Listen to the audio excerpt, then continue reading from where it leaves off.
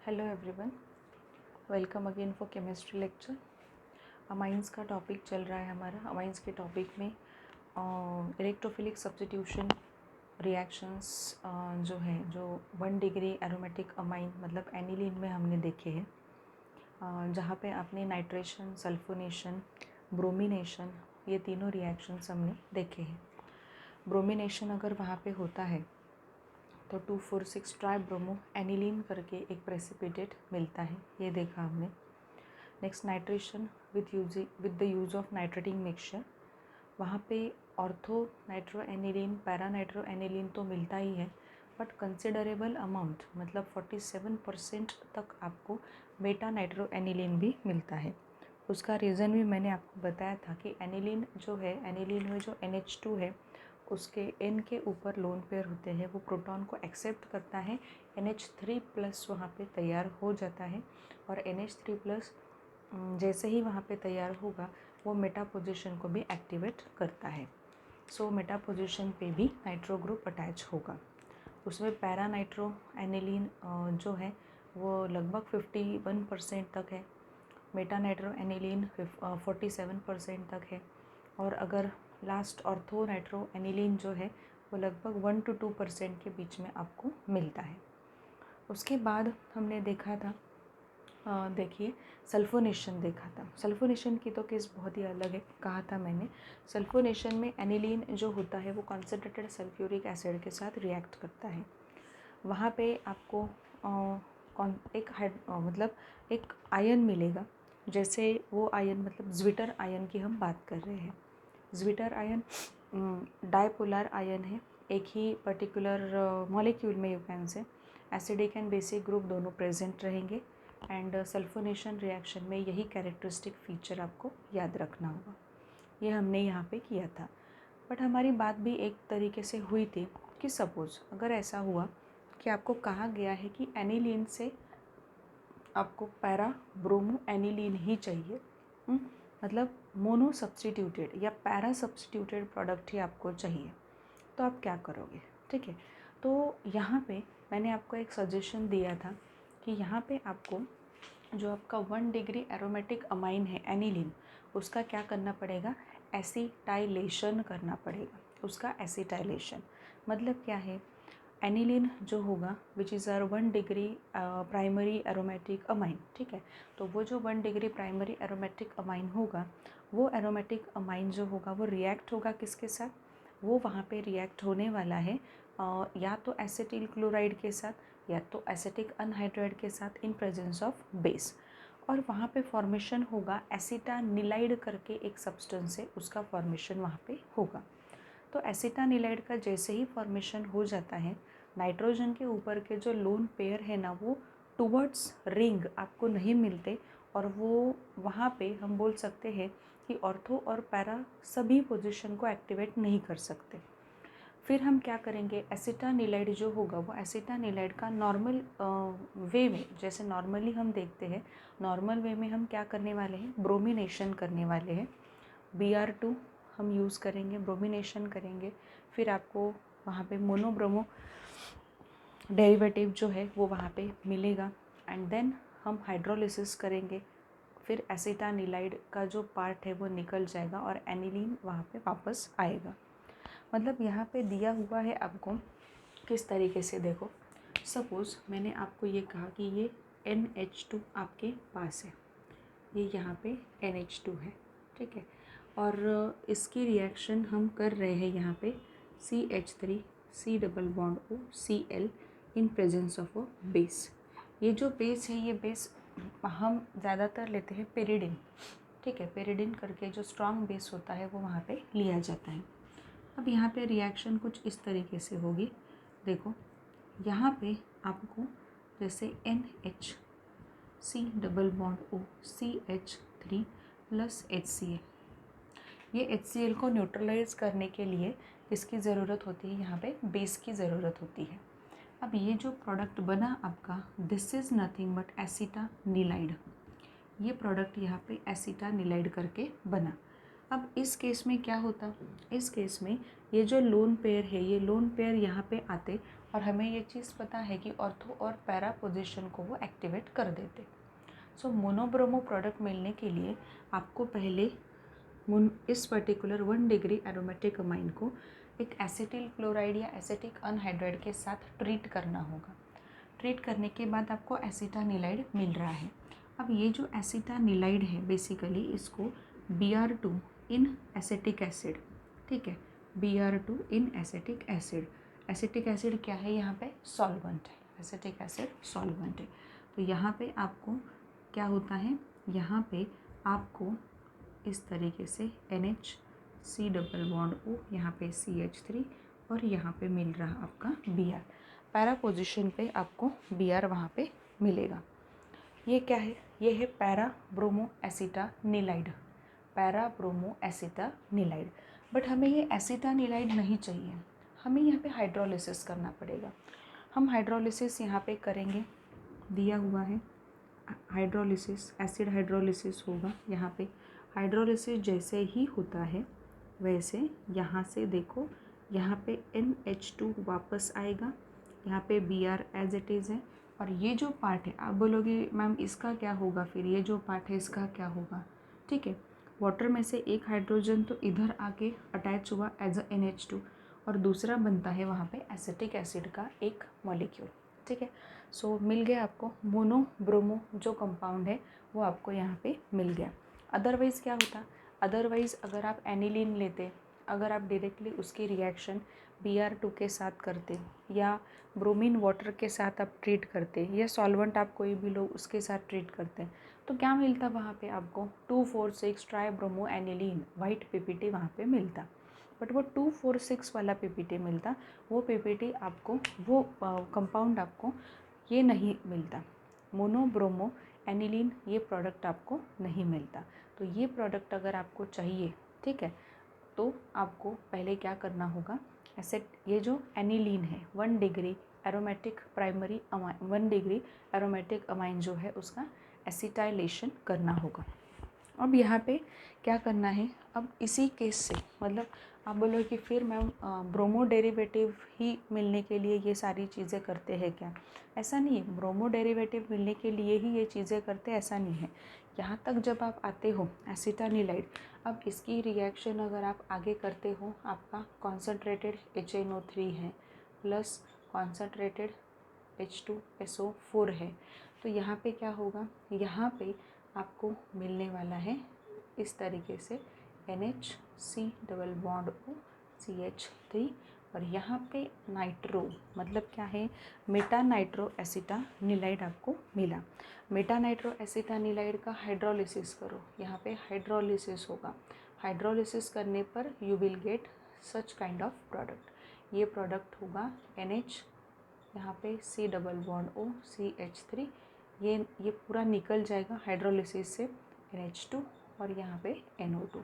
मतलब आप चाहे तो वहाँ पे मोनो सब्सटीट्यूटेड के केस में ब्रोमिनेशन भी करवा सकते हो, आप नाइट्रेशन भी करवा सकते हो, ठीक है। ये केस यहाँ पे हमें मिलने वाली है। सल्फोनेशन में तो ऐसा कुछ हुआ ही नहीं है, बट सल्फोनेशन में नॉर्मल से केस वहाँ पे रहेंगे। सल्फोनेशन के केस में हम इस तरीके से अप्लाई करके देखें तो थोड़ा सा मतलब प्रोडक्ट मिलेगा, बट इतने इससे नहीं कि जैसे आपको ये ब्रोमिनेशन के केस में मिला, नाइट्रेशन के केस में मिला, इस तरीके से वो प्रोडक्ट वहाँ पे नहीं मिलेगा। वहाँ पे ज्विटर आयन का फॉर्मेशन ही वहाँ पे कंसिस्टेंट रहता है और ज़्यादातर ज्विटर आयन का ही फॉर्मेशन वहाँ पे होता है।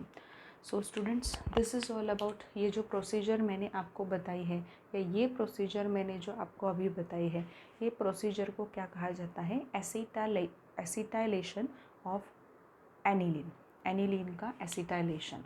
फिर क्वेश्चन मार्क आता है वहाँ पे, why do we carry out acetylation of aniline. अब एनिलीन का स्ट्रक्चर अगर आप देखो तो ये यहाँ पे आ जाएगा, ये यहाँ पे, ये यहाँ पे, इस तरीके से अगर वो चार्ज आपने देखा तो वो चार्ज आपको ऑर्थो और पैरा पोजीशन पे मिलेगा, मतलब 2, 4, 6 पोजीशंस जो है वो वहाँ पे एक्टिवेट हो जाती है। और हमने पहले भी देखा कि अमाइनो ग्रुप जो होता है वो काफ़ी अच्छे से एक्टिवेटिंग ग्रुप है और ऑर्थो और पैरा डायरेक्टिंग ग्रुप है, ये हमने देखा था, ठीक है। सो एक रेयर केस में आपको मेटा का डेरिवेटिव मिलता है, वो बात अलग है, बट जनरली अमाइनो ग्रुप की अगर टेंडेंसी देखो तो वो एक्टिवेट कर रहा है, वो ऑर्थो और पैरा पोजीशन को क्या कर रहा है, वहाँ पे एक्टिवेट करने की कोशिश कर रहा है। तो वो ऑर्थो और पैरा डेरिवेटिव ही मिलते जाएंगे। फिर हमें अगर पैरा डेरिवेटिव ही चाहिए, सिर्फ पैरा डेरिवेटिव ही चाहिए, तो क्या हो सकता है वहाँ पे, तो आपको पहले एसिटाइलेशन करना होगा।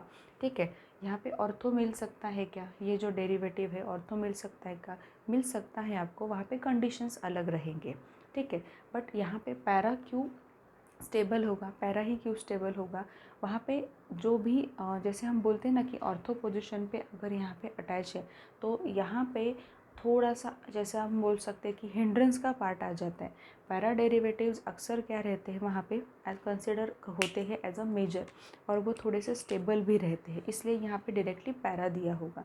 बट ऑर्थो डेरिवेटिव बन नहीं सकता है ऐसा कुछ नहीं है, बन सकता है, कंडीशंस हमें वैसी रखनी पड़ेगी। वो हमारा कंसर्न नहीं है, उन्होंने पैरा डेरिवेटिव बोले हैं तो पैरा डेरिवेटिव ही आपको प्रिपेयर करने हैं। सो स्टूडेंट्स, इसी पर्टिकुलर नोट के साथ अमाइंस में जो केमिकल प्रॉपर्टीज़ हमने देखी थी, केमिकल प्रॉपर्टीज़ जो है इसकी केमिकल प्रॉपर्टीज़, जो भी आपके अमाइंस की केमिकल प्रॉपर्टीज़ है उसका डिस्कशन हमारा ख़त्म हो चुका है। और अब हम आगे बढ़ने जा रहे हैं towards lecture of biomolecules. Biomolecules का लेक्चर हम वहाँ पे लेने वाले हैं, क्योंकि बायोमॉलिक्यूल भी एक बहुत अच्छा सा चैप्टर है।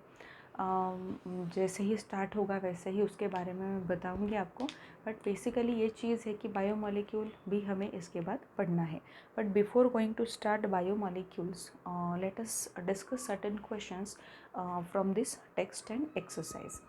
सो यहाँ पे क्वेश्चंस जो भी दिए रहेंगे, ये क्वेश्चंस, बहुत से क्वेश्चंस तो बीच वाले मैंने डिस्कस कर लिए हैं आप लोगों से। तो ये जो क्वेश्चन है यहाँ पे, जैसे यहाँ पे अब हम बोल सकते हैं कि क्वेश्चन नंबर 1 और क्वेश्चन नंबर 2 जो होता है वो तो शॉर्ट टाइप में आता है। क्वेश्चन नंबर 1 जो वहाँ पे रहेगा वो क्या है, MCQ टाइप ऑफ क्वेश्चन है। क्वेश्चन नंबर 2 क्या है, और it is only 1 sentence type of question. Question 3 मैंने उस दिन आपसे डिस्कस किया था। अब क्वेश्चन 3 में हमने डिस्कशन किया हुआ है, और यहाँ पे काफ़ी सारे पॉइंट्स मैंने उस दिन डिस्कस कर लिए थे क्वेश्चन 3 में। ठीक है, अब हम लोग जाते हैं क्वेश्चन नंबर 4 की तरफ। क्वेश्चन नंबर 4 में देखो, right the IUPAC names of the following. First question उन्होंने देखे रखा है IUPAC नेम्स वाला। IUPAC नेम्स तो काफ़ी सिंपल है इसके, ये है N इथाइल, N मिथाइल, प्रोपैनामाइन, इस तरीके से बोलेंगे। यहाँ पे ये भी यहाँ पे दिया हुआ है, देखो ये NH2 है, मतलब क्या है, 1 डिग्री अमाइन है, याद रखो, उस तरीके से नाम आपको देना है। सिर्फ मैं बता रही हूँ कि 1 डिग्री है या 2 डिग्री। यहाँ पे देखो NH है, मतलब ये कौन सा है, 2 डिग्री अमाइन है। ठीक है, what are amines, how are they classified, amines क्या होते हैं, उनका क्लासिफिकेशन कैसे होता है, कैसे वो क्लासिफिकेशन उनका, अमाइंस जो होते हैं, amines are derivatives of ammonia made by replacing one or more hydrogen from ammonia with any of the alkyl और अराइल ग्रुप। अल्काइल और अराइल ग्रुप में भी सेम और डिफरेंट, अमाइंस के लिए ये लिखोगे। हाउ आर दे क्लासिफाइड, कैसे classify होते हैं वो, 1 डिग्री, 2 डिग्री, 3 डिग्री में क्लासीफाई होते हैं। फिर उसका एक्सप्लेनेशन और एक एक एग्जाम्पल वहाँ पे देना है। और उसके बाद हम लिखेंगे वहाँ पे कि 2 डिग्री और 3 डिग्री अमाइंस जो होते हैं, based on alkyl groups attached, whether it may be same or different, alkyl और अराइल यू कैन से, whether it may be same or different, they are again further divided into 2 parts, simple and mixed amines। Simple amines पता है, mixed amines पता है, आपको पढ़ाया है, आपको शुरुआत का पार्ट जो है वो पढ़ना पड़ेगा बहुत अच्छे से। ठीक है, नेक्स्ट देखो, IUPAC names of the following amines, amines के IUPAC नेम उन्होंने पूछे हैं। ठीक है, अब write reactions to prepare ethanamine from, ethanamine आपको प्रिपेयर करना है। रिएक्शंस ऑलरेडी गिवन है, एसिटोनाइट्राइल, एसिटोनाइट्राइल मतलब इथेन नाइट्राइल जिसे कहा जाता है, उससे नाइट्रो इथेन रिडक्शन करना पड़ेगा। प्रोपियोनामाइड, प्रोपियोनामाइड मतलब वहाँ पे ये चीज़ है कि प्रोपियोनामाइड में हम ये कर सकते हैं वहाँ पे कि Hofmann bromamide degradation, Hofmann degradation से हम ये प्रिपेयर करेंगे। What is the action of acetic anhydride on ethyl amine, di ethyl amine and tri ethyl amine, कैसे एक्शन होगी वो भी आपको बतानी है। Distinguish between ethylamine, di ethylamine and tri ethylamine by using Hinsberg reagent. Now what is Hinsberg reagent? क्या है? Benzene sulfonyl chloride, ठीक है, या अरीन सल्फोनील क्लोराइड। तो अरीन सल्फोनील क्लोराइड 1 डिग्री के साथ रिएक्ट करता है, जो प्रोडक्ट मिल रहा है उसमें एसिडिक हाइड्रोजन प्रेजेंट है और वो अल्कली में वहाँ पे सोल्यूबल है। 2 डिग्री जो है वो सिर्फ हिंसबर्ग के साथ रिएक्ट करता है, वो अल्कली में सोल्यूबल नहीं है। 3 डिग्री अमाइंस जो होते हैं वो वहाँ पे जनरली हिंसबर्ग रिएजेंट के साथ वहाँ पे रिएक्ट नहीं करते, because 3 degree amines do not have any directly attached hydrogen to nitrogen, ठीक है, ये लिखना होगा और रिएक्शन देनी पड़ेगी आपको। Write reactions to bring about the following conversion: aniline to para nitro aniline, aniline to para nitro aniline. अभी कहा है मैंने, यही प्रोसीजर है पूरी। Aniline to para nitro aniline, aniline to sulphanilic acid, sulphanilic acid exist as a salt, ठीक है। तो ज्विटर आयन तक सल्फोनेशन ऑफ एनिलीन जो है वो रिएक्शन पूरी वहाँ पे क्या करनी है, लिखनी है बहुत अच्छे से विथ प्रॉपर रिएजेंट्स। नोट वो नोट करने पड़ेंगे आपको, आपके जो भी एरोज़ है उस पर, ठीक है। सो ये क्वेश्चंस का डिस्कशन हमारा हुआ। पेज नंबर 294 पे एक डू यू नो करके एक बॉक्स दिया हुआ है, वो बॉक्स में एक एसिड बेस इंडिकेटर दिया हुआ है, मिथाइल ऑरेंज यूज़ करते हैं हम। एसिड बेस टाइट्रेशंस जो होते हैं उसमें जैसे फिनॉल्फ्थैलिन यूज़ होता है, ठीक है, वो फिनॉल्फ्थैलिन जैसा ही एक मिथाइल ऑरेंज करके एक इंडिकेटर है, ठीक है, वो हम वहाँ पे यूज़ करते हैं। तो उसका स्ट्रक्चर दिया है, you have to recognise the structure, you have to remember the structure and you have to identify which kind of indicator it is. It is an azo dye. Azo dye मतलब क्या? नाइट्रोजन और nitrogen के बीच में आपको क्या मिल रहा है वहाँ पे, बॉन्डिंग मिल रही है, मतलब ये कपलिंग रिएक्शन से आपको मिला है, ठीक है। सो इस तरीके से ये पूरा चैप्टर आपको याद रखना पड़ेगा। बहुत ही सिंपल चैप्टर था। अब हम लोग प्रोसीड करते हैं टूवर्ड्स बायोमॉलिक्यूल्स, ठीक है।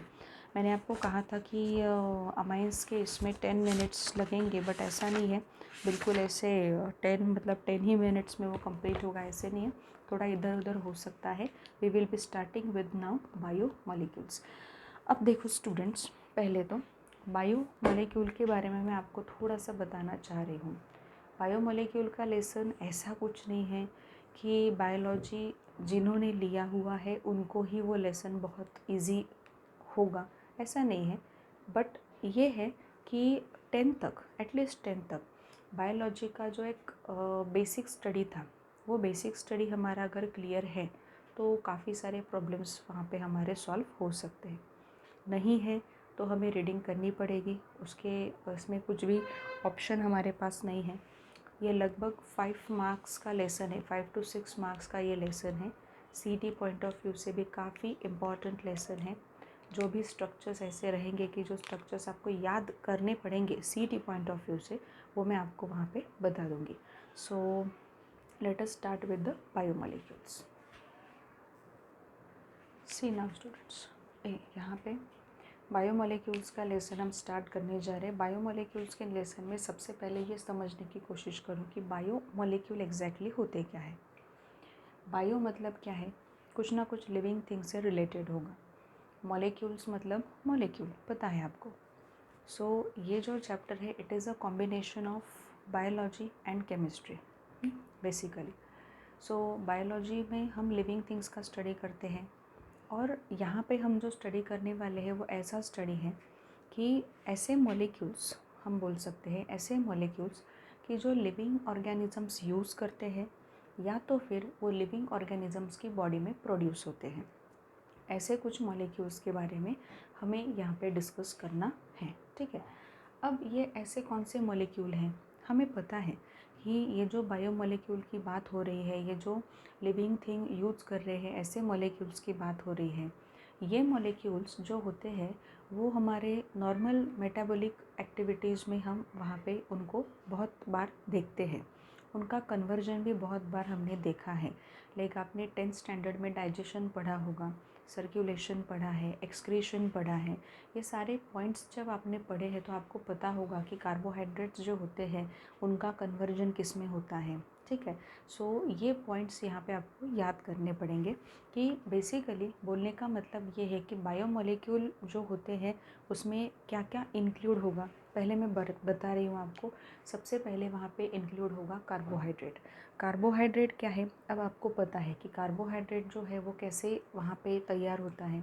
प्लांट से वहाँ पे वो आपको मिल रहा है, तो फोटोसिंथेसिस की प्रोसेस से वहाँ पे वो स्टार्च मटेरियल तैयार हो जाता है, काइंड ऑफ कार्बोहाइड्रेट। नेक्स्ट है प्रोटीन।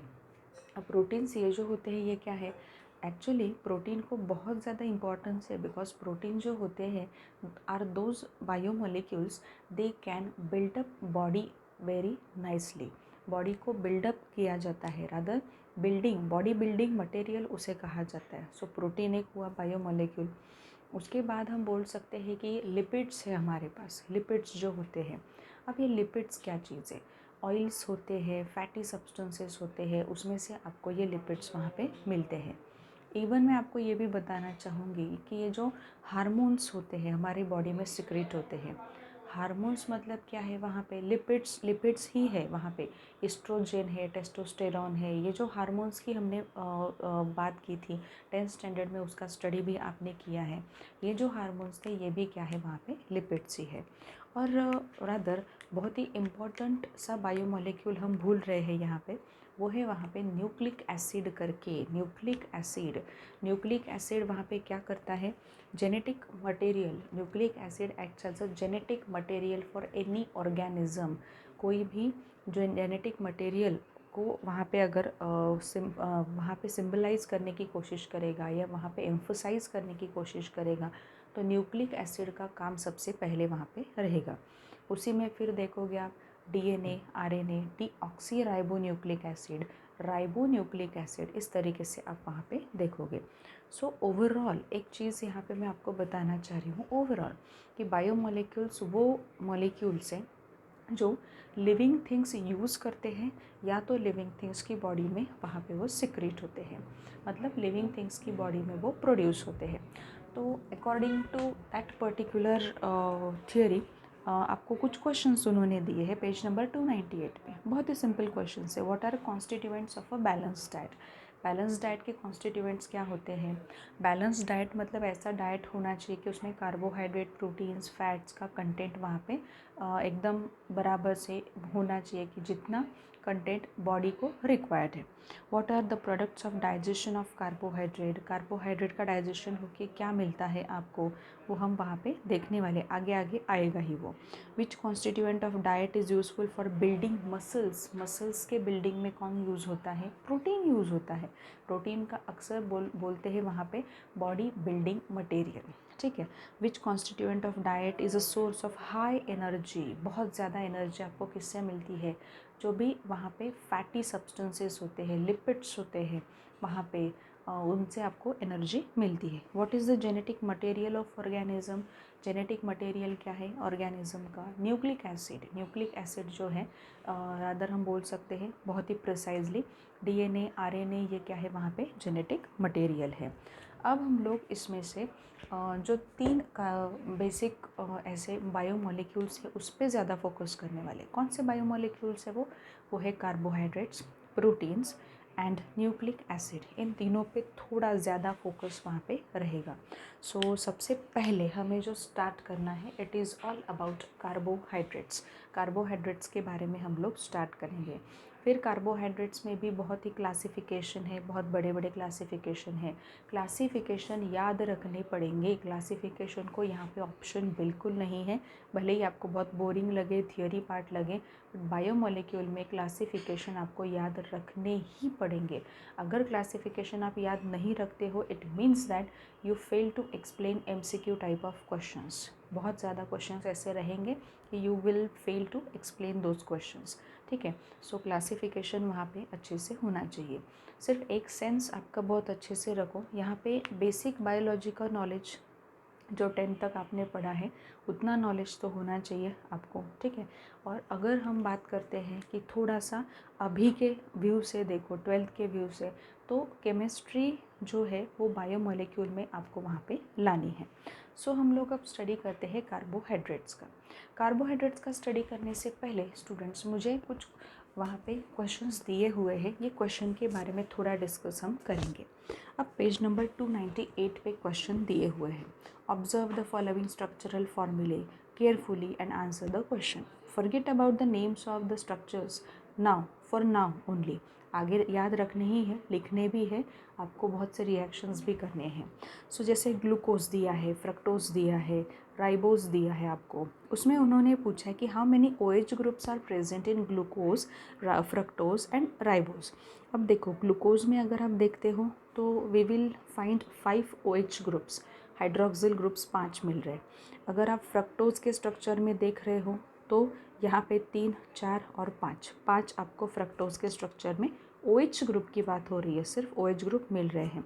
और राइबोज के स्ट्रक्चर में अगर आप देखते हो तो यू विल फाइंड राइबोज के स्ट्रक्चर में यहाँ पे 4 आपको दिखाई दे रहे हैं। Which other functional groups are present in these compounds, 3 compounds. अगर ग्लूकोज का स्ट्रक्चर आप देखते हो ना तो ऊपर CHO ग्रुप अटैच्ड है, मतलब अल्डिहाइड है वहाँ पे। अगर फ्रक्टोज देखते हो तो बीच में CO है, मतलब कीटोनिक ग्रुप है। और अगर राइबोज देखते हो तो सबसे ऊपर आपको अल्डिहाइड ग्रुप का प्रेजेंस मिलेगा। सो द थिंग इज़, मुझे आपको यही एम्फोसाइज़ करना है, फोकस करना है कि आप ग्लूकोज के बारे में हमेशा बात करते हो, फ्रक्टोज के बारे में हमेशा बात करते हो, राइबोज के बारे में हमेशा बात करते हो तो हो, but do you know the structures of these particular sugars. ये शुगर्स ही है, उनके स्ट्रक्चर्स पता है कि आपको उनके स्ट्रक्चर्स अभी पता चलेंगे और आपको पता चलेगा कि नहीं ग्लूकोज के स्ट्रक्चर में तो अल्डिहाइड ग्रुप का भी प्रेजेंस होता है, ग्लूकोज के स्ट्रक्चर में तो OH ग्रुप भी है वहाँ पे। अगर मैं फ्रक्टोज की बात करूँ तो उसमें CO ग्रुप भी अटैच्ड होता है, मतलब कीटोनिक ग्रुप है। तो ये सारे पॉइंट्स को ध्यान में रखते हुए we will be starting with the carbohydrates. Carbohydrates बहुत सिंपल बायोमॉलिक्यूल है स्टूडेंट्स, बट याद बहुत अच्छे से रखना पड़ेगा।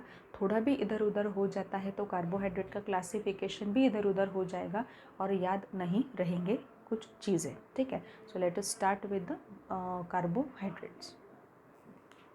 सो स्टूडेंट्स यहाँ पे कार्बोहाइड्रेट्स के बारे में जो भी इम्पोर्टेंट पॉइंट्स है, जो जिसके ऊपर MCQ आ सकते हैं, वो पॉइंट्स मैंने यहाँ पे लिख दिए हैं। Carbohydrates are polyhydroxy aldehyde or ketones or compound give rise to such unit on hydrolysis. Definition अगर पूछी जाए कार्बोहाइड्रेट की तो यही डेफिनेशन लिखनी है, इसके अलावा दूसरी डेफिनेशन नहीं चलेगी। जो बायो के स्टूडेंट्स हैं उनको मैं स्पेसिफिकली बताना चाह रही हूँ कि कार्बोहाइड्रेट्स जो होते हैं वो आपको बायोलॉजी के सेंस से, अगर आप यहाँ पे लिखोगे केमिस्ट्री के पेपर में तो मार्क्स नहीं मिलेंगे। आप बोलोगे मैडम वो सही तो है, मार्क्स तो मिलने चाहिए। सो इस तरीके के जो भी डिस्कशन है वो यहाँ पे नहीं चलेंगे। जो भी डेफिनेशन है, जो वो डेफिनेशन आपको केमिस्ट्री के पॉइंट ऑफ व्यू से वहाँ पे लिखनी पड़ेगी, वो बायोलॉजी के पॉइंट ऑफ व्यू से नहीं लिखनी है। तो वही लिखी है मैंने, और यही डेफिनेशन अगर आपको पूछी जाती है केमिस्ट्री के पेपर में तो यही डेफिनेशन आपको लिखनी है। Carbohydrates are polyhydroxy aldehyde or ketones or compounds gives rise to such particular compounds on hydrolysis. मतलब उनका ये बोलना है कि कार्बोहाइड्रेट्स क्या होते हैं, दे आर पॉलीहाइड्रोक्सी अल्डिहाइड।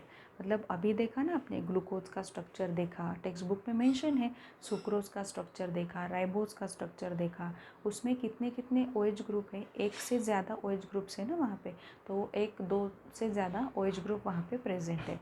तो it will be polyhydroxy, hydroxy मतलब OH ग्रुप, ठीक है, polyhydroxy aldehyde or polyhydroxy ketone. क्योंकि पॉलीहाइड्रोक्सी अल्डिहाइड क्यों, अगर आपने ग्लूकोज और जो राइबोज है उसका स्ट्रक्चर देखा तो ऊपर की तरफ CHO ग्रुप अटैच है, मतलब वो अल्डिहाइड ग्रुप है। बट अगर आपने वहाँ पे जो फ्रक्टोज है उसका स्ट्रक्चर देखा तो फ्रक्टोज के स्ट्रक्चर में बीच में CO ग्रुप है, मतलब कीटोनिक ग्रुप है। मतलब ये जो कार्बोहाइड्रेट होते हैं उनमें अल्डिहाइड ग्रुप का प्रेजेंस भी हो सकता है, कीटोनिक ग्रुप का प्रेजेंस भी हो सकता है, based on the structure you can से।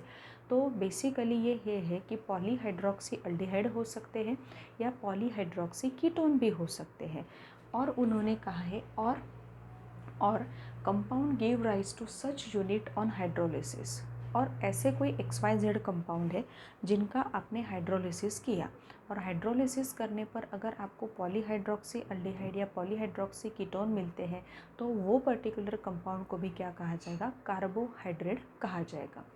अब देखो, ग्लूकोज फ्रक्टोज ये जो होते हैं they are also carbohydrates. Glucose fructose ये भी क्या है, कार्बोहाइड्रेट्स ही हैं, but they are sweet in taste and hence they are called as sugars. उनको क्या कहा जाएगा, शुगर कहा जाएगा।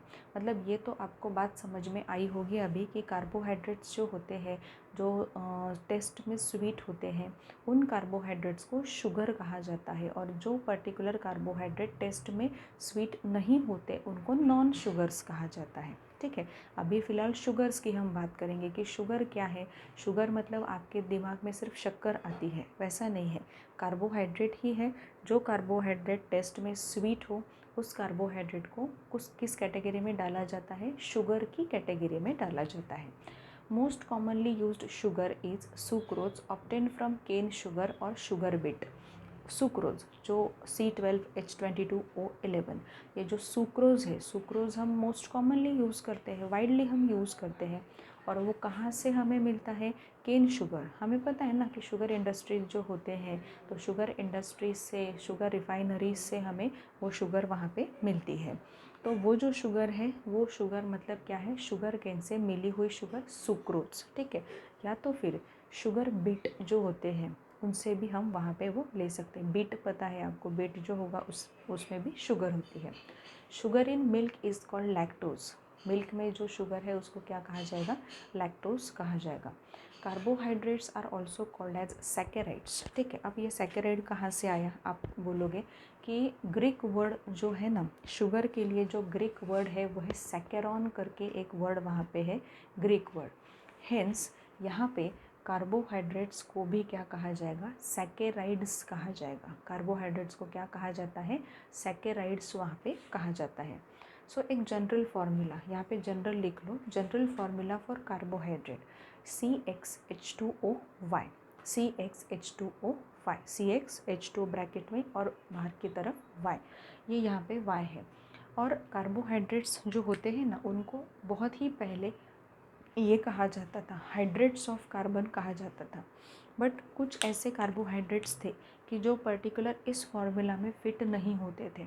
तो ये जो फार्मूला है ना, ये फार्मूला दिया हुआ है आपके टेक्स्ट बुक में, बट थोड़ा सा आपको याद भी रखना पड़ेगा कि कुछ ऐसे कार्बोहाइड्रेट्स होते हैं कि जो कार्बोहाइड्रेट है बट इस particular general formula of carbohydrate के पर्टिकुलर फॉर्मेट में वो फिट नहीं होते, तभी भी वो कार्बोहाइड्रेट्स हैं। ठीक है, so carbohydrates are nothing but hydrates of carbon, hydrates of carbon. इस तरीके से बहुत पहले कहा जाता था। Earlier it was definition like carbohydrates were hydrates of carbon represented with the general formula CxH2O(Y) करके वो बोला जाता था।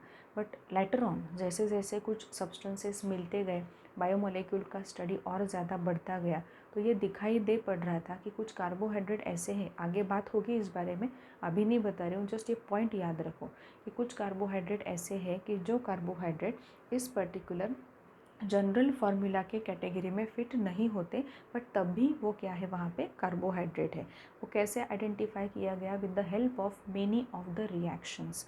रिएक्शन से वो आइडेंटिफाई हुआ है कि नहीं ये कार्बोहाइड्रेट ही है, बट वो कार्बोहाइड्रेट ऐसे है कि जिनका फार्मूला इस particular general formula of carbohydrate के फार्मूला में फ़िट नहीं होता। ठीक है, जैसे कि ये जो फिट होता है उनके बारे में लिखा है C6H12O6, मतलब क्या है आपका, ग्लूकोज है, पता है, ये 10th लेवल से देखते आ रहे हैं हम लोग। C6H12O6 मतलब ये कैसे लिखा जा सकता है इस फॉर्मेट में, C6H2O6 मतलब क्या, C6H12O6 इस फॉर्मेट में लिखा जाएगा। Same case with happens with the sucrose as well, cane sugar की जो बात हो रही है, C12H22O11, किसी भी particular you can say reaction में जब आप शुगर की बात करते हो, शुगर की बात करते हो तो शुगर का फॉर्मूला आप ये लिखते हो, और ग्लूकोज का अगर बोला जाए तो ये लिखते हो। शुगर का फॉर्मूला वहाँ पे क्या होगा, सुक्रोज है वो C12H22O11, कैसे लिखोगे, C12H2O और 11, मतलब कैसे पढ़ोगे, C12 H2 × 11 मतलब 22 और O11 सुक्रोज। सो ये कुछ ऐसे है। उन्होंने और एक एग्ज़ाम्पल भी दिया है आपके इसमें कि स्टार्च करके एग्ज़ाम्पल दिया हुआ है वहाँ पे, C6H10O5 करके एक एग्ज़ाम्पल वहाँ पे दिया हुआ है, वो भी इस कैटेगरी में फ़िट होता है और वो भी एक तरीके का कार्बोहाइड्रेट ही है, ठीक है, इस तरीके से हम बोल सकते हैं।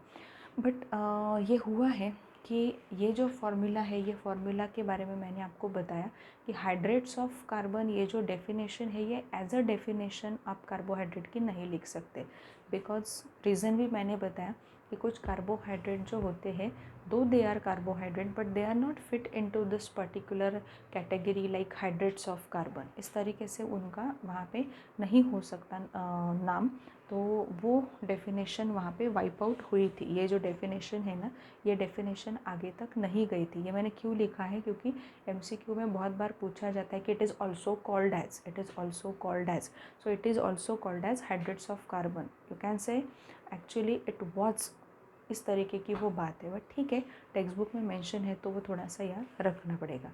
कार्बोहाइड्रेट की ये बेसिक डेफिनेशन है आपकी कि carbohydrates are polyhydroxy aldehyde or polyhydroxy ketone or compounds gives rise to such units on hydrolysis. Such unit मतलब कौन, ये यूनिट्स अगर हाइड्रोलिसिस से आपको मिल रहे हैं तब भी जाके उनको आप क्या बोलने वाले हो, कार्बोहाइड्रेट ही बोलने वाले हो। Now let us move towards classification of carbohydrate which act as a very important part of this chapter. Biomolecules का सबसे इम्पॉर्टेंट पार्ट यही होगा कि क्लासिफिकेशन जो है कार्बोहाइड्रेट का, वो आपको क्या करना है, बहुत अच्छी तरीके से करना होगा। Classification of carbohydrate acts as a very important part. अभी भी बता रही हूँ, जो स्टूडेंट्स ऐसे होते हैं कि जिनको ऐसा लगता है कि क्लासिफिकेशन पढ़ने से भी आ सकता है, वेरी गुड, कॉन्फिडेंस होना बहुत अच्छी बात है, ओवर कॉन्फिडेंस होना बुरी बात है। तो ये जो क्लासिफिकेशन है ये मैं पढ़ाऊँगी, पढ़ाने के बाद तुरंत आपको वहाँ पे क्या करना है, प्रोसीड करना है रीडिंग के लिए। रीडिंग करो, लिख लो, 1-2 बार तो भी लिख लो, बहुत अच्छे से आपका क्लासिफिकेशन कार्बोहाइड्रेट का हो जाएगा, कभी भी नहीं भूलोगे। So let us start classification of carbohydrate. So see students, now this is classification of carbohydrates. Classification of carbohydrate, and this particular whole classification is based on process of hydrolysis. मतलब एक substance है आपके पास, hydrolysis के बाद आपको वो कितने substance दे रहा है, on that particular basis the classification is based. पहले देखो, ये पूरी कैटेगरी है। पहले आता है monosaccharide, oligosaccharides and polysaccharides.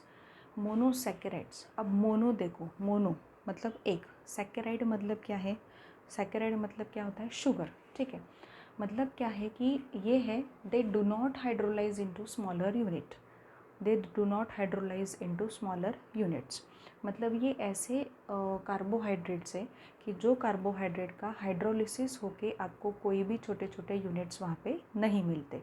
Hydrolysis होने के बाद उसमें आपको कोई भी यूनिट्स या कोई भी प्रोडक्ट आपको वहाँ पे नहीं मिलता।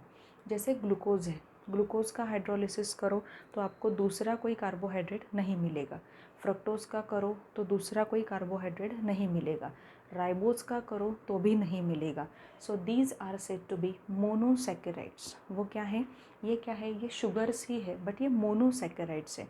मोनो मतलब क्या, इनका हाइड्रोलिसिस आगे हो नहीं सकता, इनका हाइड्रोलिसिस आगे हो नहीं सकता, ठीक है। यहाँ पे देखो ओलिगोसैकेराइड्स, ओलिगोसैकेराइड्स मतलब क्या है, सैकेराइड मतलब आपको समझ में आ रहा है कि शुगर के यूनिट्स मिलना या कार्बोहाइड्रेट्स के यूनिट्स मिलना। तो यहाँ पे देखो gives 2 to 10 monosaccharide unit on hydrolysis. मतलब ओलिगोसैकेराइड का अगर आप हाइड्रोलिसिस करते हो, ओलिगोसैकेराइड जो होते हैं उनका अगर आप हाइड्रोलिसिस करते हो तो वो आपको 2 से 10 के बीच में मोनोसैकेराइड के यूनिट दे सकते हैं। मोनोसैकेराइड कौन होते हैं, जिनका आगे हाइड्रोलिसिस नहीं होता। मतलब मोनोसैकेराइड के यूनिट आपको वहाँ पे मिल सकते हैं। कितने मिल सकते हैं, 2 से 10 के बीच में कितने भी मिल सकते हैं। So this particular category is nothing but oligosaccharides, ठीक है। नेक्स्ट है polysaccharide which is very important and simple. Polysaccharide, poly मतलब बहुत सारे, ठीक है। It gives large number of monosaccharides unit on hydrolysis. मतलब पॉलीसैकेराइड को अगर आप देखते हो, आप आगे देखोगे स्टार्च, ग्लाइकोजन, सेल्यूलोज, इनका हाइड्रोलिसिस जब होता है ना, तब आपको 2-10 ऐसे यूनिट्स नहीं मिलते, आपको बहुत से नंबर ऑफ़ यूनिट एक दूसरे के साथ अटैच आपको वहाँ पे मिलते हैं। रादर ये जो है सेल्यूलोज वगैरह, ये इनको तो वहाँ पे मतलब स्टार्च है, सेल्यूलोज है, वो नेचुरल पॉलीमर की तरह वहाँ पे ट्रीट होते हैं वो, ठीक है। सो वो 1, 2, 3, 4, 10 ऐसे यूनिट आपको हाइड्रोलिसिस के बाद नहीं देते। स्टार्च का जब हाइड्रोलिसिस होगा तो आपको नंबर ऑफ़ मोनोसैकेराइड के यूनिट्स वहाँ पे मिलेंगे और वो एक दूसरे से अटैच होते हैं, ठीक है। अब यहाँ पे कैसे है कि देखो, ऑलिगोसैकेराइड्स आर फर्दर क्लासिफाइड इनटू 3 सब कैटेगरीज। ऑलिगोसैकेराइड्स क्या होते हैं? ऑलिगोसैकेराइड्स मतलब बेसिकली ऐसे कार्बोहाइड्रेट्स हैं कि जिनका हाइड्रोलिसिस करने पर आपको 2 या 2 से 10 के बीच में यूनिट्स शुगर के मिल जाएंगे, ठीक है। अब मतलब शुगर्स के, सैकेराइड्स के यूनिट आपको मिल जाएंगे। तो सैकेराइड मतलब क्या है? कार्बोहाइड्रेट ही है, ठीक है। सो यहाँ पे देखो ऑलिगोसैकेराइड्स, पहला है डाइसैकेराइड। डाई मतलब क्या है?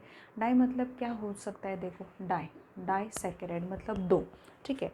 It gives us 2 monosaccharide unit on hydrolysis. Disaccharide मतलब क्या है?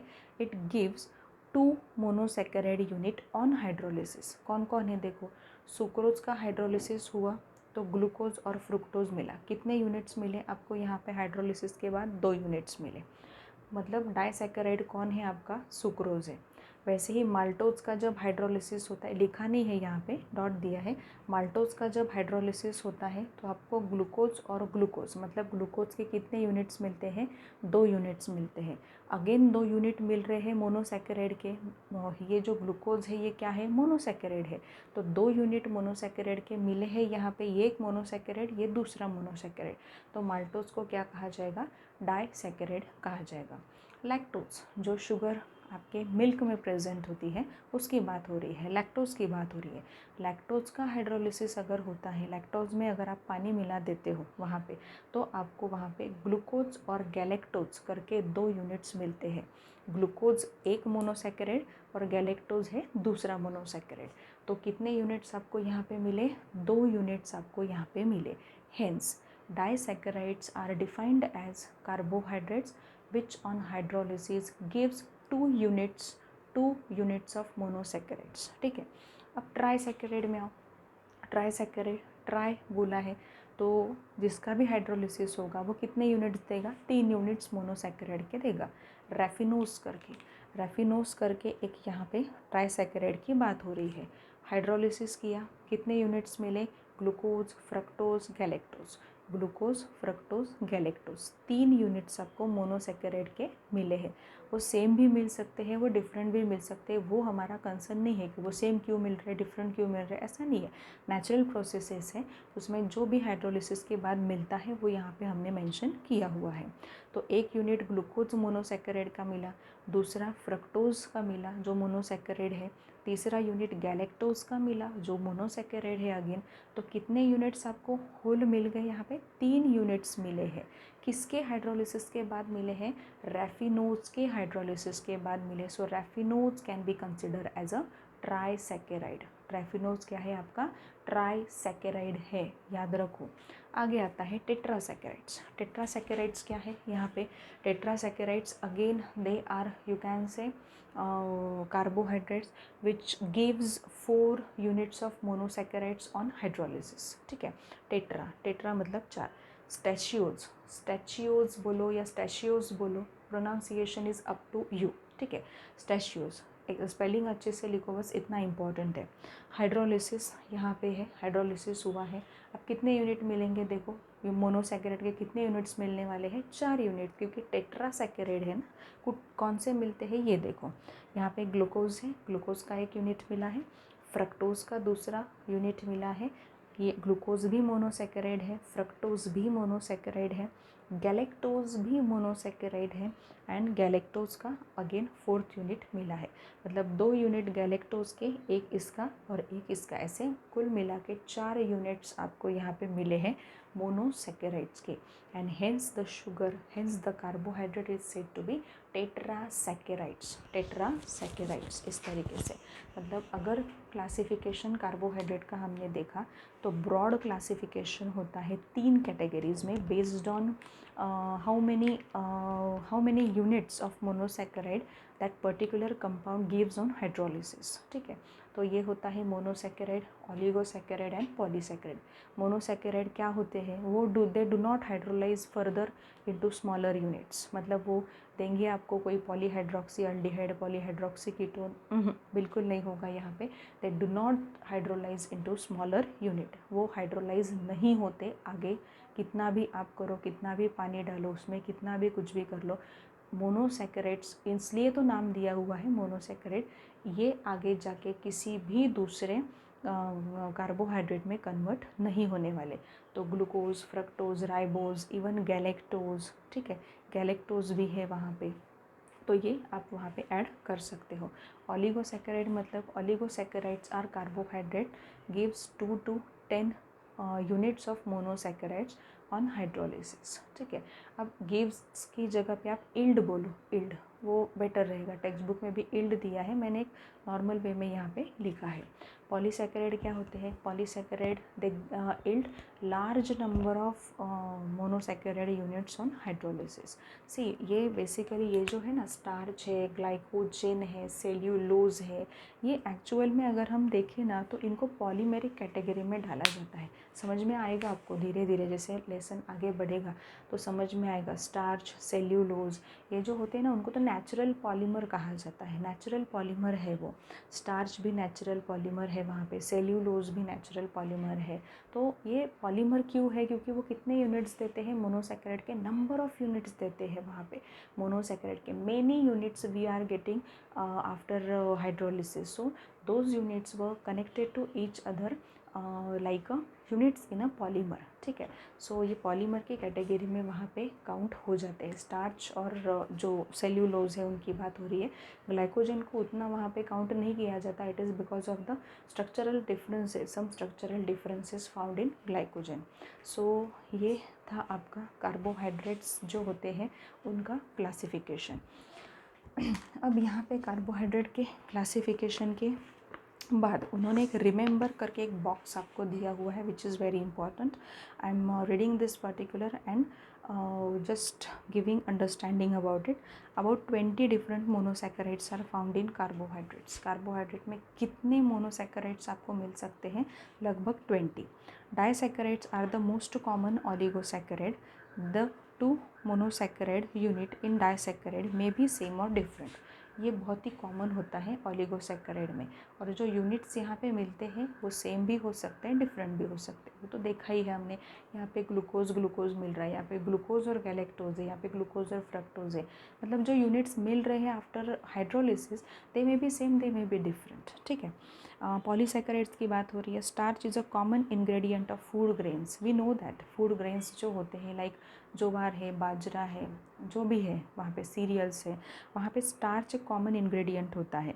Cellulose is constituent of a cell wall, plant cell. Cellulose की यहाँ पे बात हो रही थी.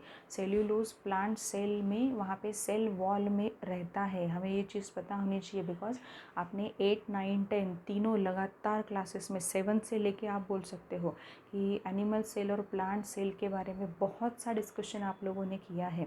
तो प्लांट सेल जो होती है वो प्लांट सेल में सेल वॉल होता है, एनिमल सेल में सेल वॉल नहीं होता. It is also it is made up only with the cell membrane you can say. But animal cell जो होता है, एनिमल सेल में सेल वॉल वहाँ पे रहता है. प्लांट सेल में सेल वॉल वहाँ पे रहता है. So cellulose is important constituent of a cell wall of a plant cell. Animals store in their body, animals store body in the form of glycogen. Animals जो होते हैं उनके body में कुछ सब्सटीट्यूएंट्स, कुछ कॉन्स्टिट्यूएंट्स ऐसे होते हैं कि जो ग्लाइकोजन के फॉर्म में वहाँ पे क्या होते हैं, स्टोर्ड अप होते हैं. सो ये तीनों के बारे में भी उन्होंने बताया है कि पॉलीसैकेराइड्स जो होते हैं, सबसे पहले सेल्यूलोज का डिस्कशन हमने किया क्योंकि सेल्यूलोज काफ़ी इंपॉर्टेंट पार्ट है उसमें.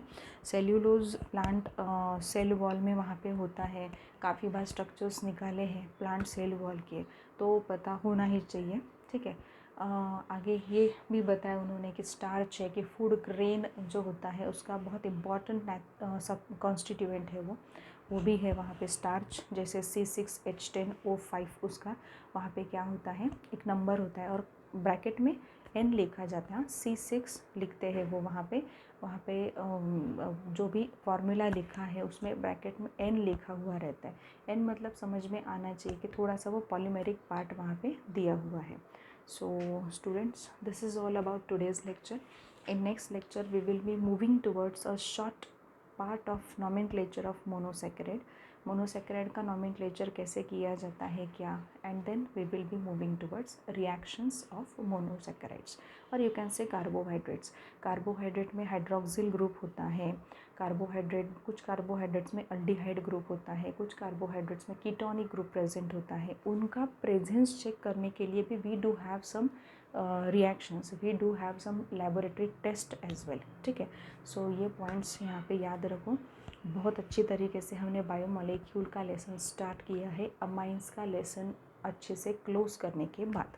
ठीक है, so start with solving exercise of amines की एक्सरसाइज भी जल्द से जल्दी कंप्लीट होनी चाहिए। कुछ स्टूडेंट्स ऐसे हैं कि जो अभी तक अल्डिहाइड कीटोन्स की ही एक्सरसाइज वहाँ पे कर रहे हैं।